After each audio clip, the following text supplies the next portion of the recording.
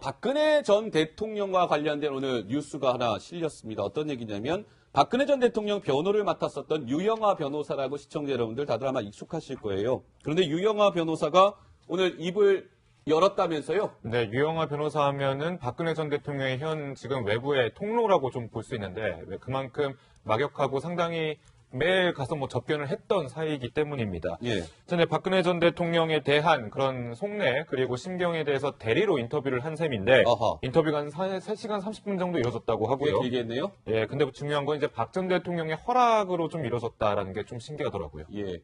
박근혜 전 대통령의 허락을 받아서 유영하 변호사가 이제 한 일간지와 인터뷰를 한 내용입니다. 자, 그러면 3시간 반 동안 기자와 유영하 변호사가 얘기를 했으면 얼마나 많은 얘기를 했겠습니까, 시청자 여러분. 유영하 변호사는 그러면 하고 싶었던 얘기는 노 기자 대략 어떻게 우리가 좀 요약해 볼 수 있습니까?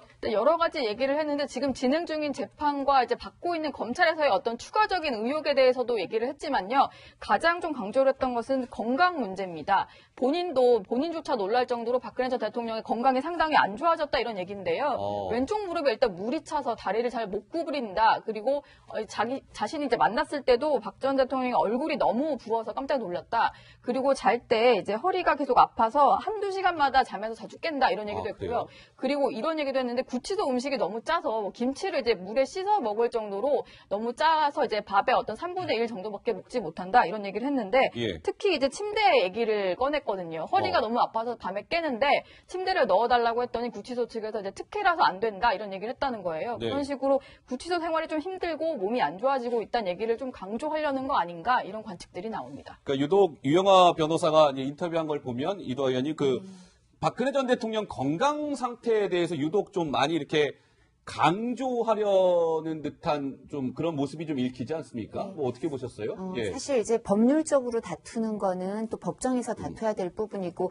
그게 수월하지 않다라는 생각을 하고 있는 것 같습니다. 그러니까 이제 그 법률적인 부분, 정치적인 부분에 대해서 이렇게 의도한 대로 잘 되지를 않기 때문에 감정적인 부분에 정서적인 면에서 일정 부분 호소할 필요가 있다고 생각을 한 것 같은데요.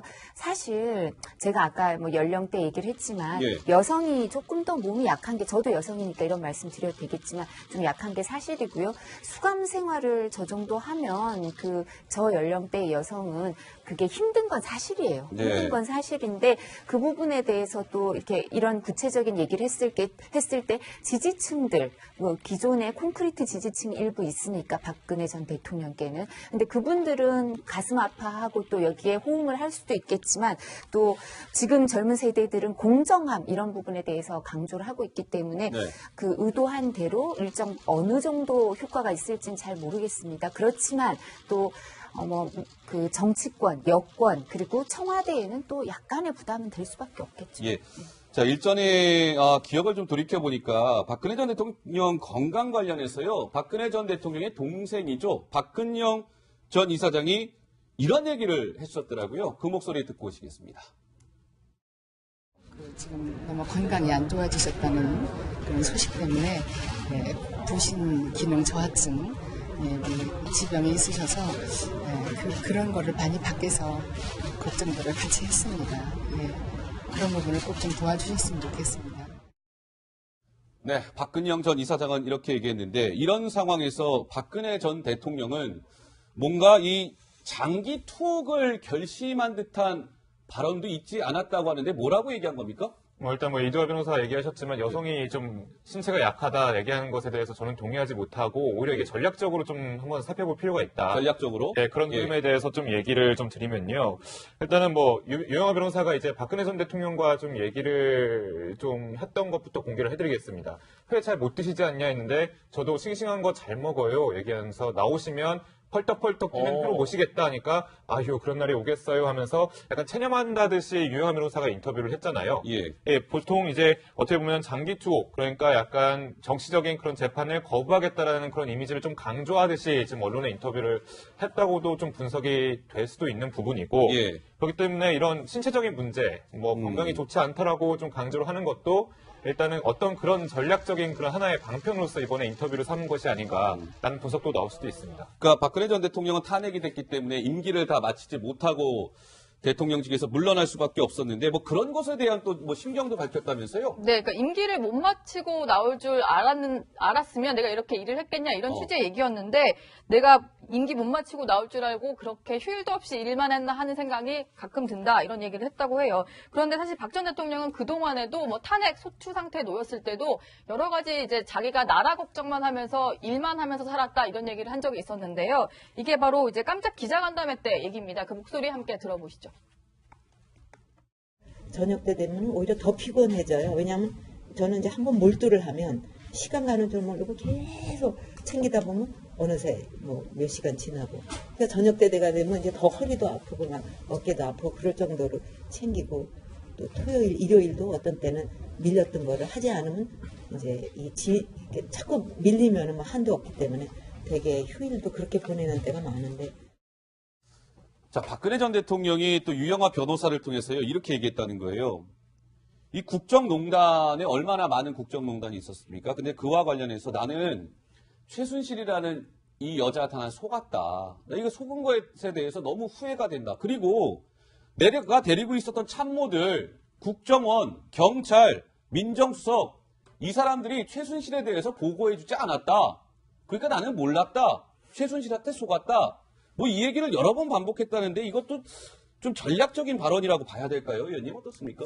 예, 이 부분은 사실 이렇게 얘기를 하시면 지지층은 다들 박근혜 전 대통령이 나쁜 사람이 아니다. 최순실 씨가 나쁜 사람이고 최순실 씨한테 속아서 저 지경에 이르렀으니까 안 됐다. 이렇게 생각하는 지지층이 있거든요. 그분들은 또 호응을 할 수 있겠지만 예. 또 그렇지 않은 사람들은 또 생각이 이 말씀을 듣고 생각이 바뀔 사람은 또 그렇게 많지 않을 거예요. 기존에 이런 생각을 갖고 있던 사람들의 생각을 강화시켜 줄 수는 있는데 네. 새로 설득하는 사람은 그렇게 많지 않을 테고요. 뭐 재판 관련해서도 법률적으로 뭐 이렇게 속았다고 해서 이 부분에 대해서 뭐 법원에서 이 부분을 뭐 이렇게 정상 참작을 해줄 네. 것도 없을 거고 또 오히려 이렇게 생각하면 이 부분에 대해서도 그러면 사람을 용인술에 있어서 문제가 있었던 게 예. 아닌가 뭐 이런 여러 가지 문제가 또 생길 수가 있고요. 그렇지만 제가 개인적으로는 민정수석이나 이런 쪽에서 보고가 제대로 안 올라간 거는 사실인 것 같은데요. 네. 그러면 그 사람들이 보고를 안 할 사람들을 쓴 거, 그리고 그 사람들이 왜 보고를 안 했을까, 뭐 이런 걸 따지면 그게 또